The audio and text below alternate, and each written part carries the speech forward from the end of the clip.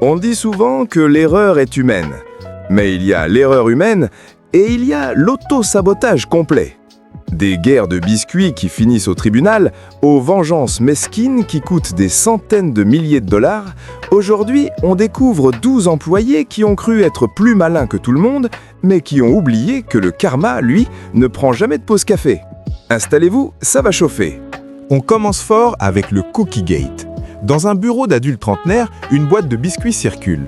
Adams est absente, donc on la saute. Yvonne finit par envoyer un message sympa pour dire qu'il en reste au fond de l'open space. Réaction de Adams, une crise d'hystérie totale parce qu'elle a été oubliée. Yvonne riposte en hurlant. Le patron arrive pour calmer le jeu, elle crie encore plus fort. Résultat, toutes les deux virées, pour une demi-boîte de biscuits entamée. Le chômage a un goût rassis, j'imagine. Ensuite, on a Brenda. Brenda pense qu'elle sait mieux que tout le monde. Le responsable maintenance supplie « Ne touchez pas au thermostat, les tuyaux sont vieux ». Brenda, elle, s'en fiche. Elle bidouille tout la semaine et éteint tout le vendredi. Un week-end, à cause du froid, les canalisations explosent. 400 000 $ de dégâts. Brenda a été virée sur le champ. C'est peut-être la facture de chauffage la plus chère de l'histoire. Un lundi matin, un employé pète les plombs parce que sa chaise a disparu après une soirée au bureau. Il interroge tout le monde, check les caméras de sécurité et passe sa journée au RH. Une obsession bizarre pour une chaise standard, non? La chute? Le gars avait la gale et ne l'avait dit à personne. Il voulait juste récupérer sa chaise contaminée. Il n'est plus jamais revenu et la chaise, direct à la benne. 2 collègues étaient en compétition pour savoir quel mari enverrait le plus beau bouquet. Les maris, fatigués de ces gamineries, se sont ligués. Ils ont envoyé exactement le même bouquet, même livreur, même heure. Au lieu de rire, les 2 femmes sont entrées en guerre totale, sabotant le travail de l'autre jusqu'à rendre l'équipe folle. Elles ont été virées le même jour. Match nul, balle au centre. Ce patron demandait des critiques constructives. Un employé prend son courage à 2 mains et lui dit gentiment qu'il est souvent distrait. La réaction du boss? Il fait la tête pendant 3 jours, comme un enfant, puis accuse l'employé d'être irrespectueux sans donner de raison. Moralité, quand un chef demande la vérité, vérifiez d'abord son ego. Une collègue jalouse d'un projet a créé un fichier Excel pour traquer les moindres mouvements de l'auteur du poste, pendant 2 mois. Elle présente son dossier au patron. Regardez, il arrive à 8h30 et prend 20 minutes de pause. Le patron a éclaté de rire. Pourquoi ?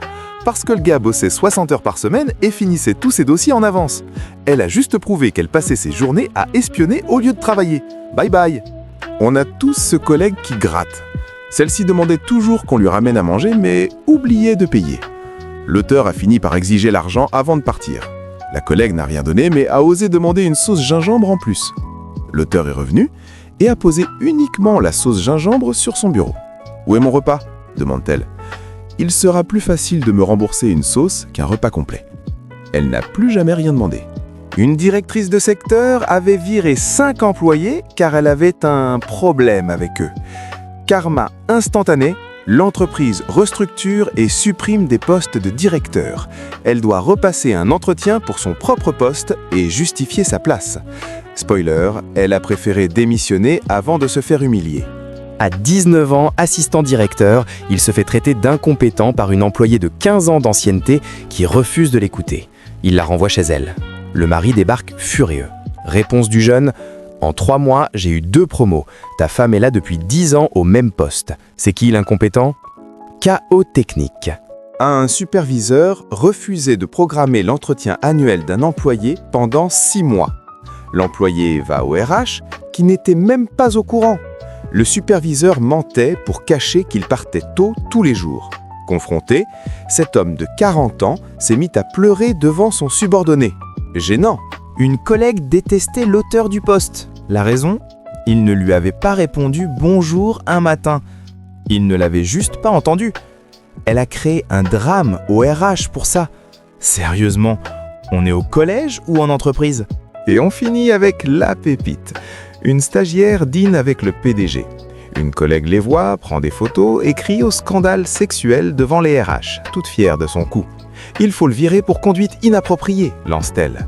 Les RH répondent « Madame, c'est sa fille ». Et le coup de grâce, en vérifiant les caméras pour l'enquête, ils ont vu l'accusatrice voler des fournitures. Elle a été virée et la stagiaire a pu savourer le spectacle. Le karma ne rate jamais sa cible. Et vous, c'est quoi la pire décision que vous ayez vue au travail? Dites-le moi en commentaire. N'oubliez pas le pouce bleu pour soutenir le karma et abonnez-vous. À la prochaine!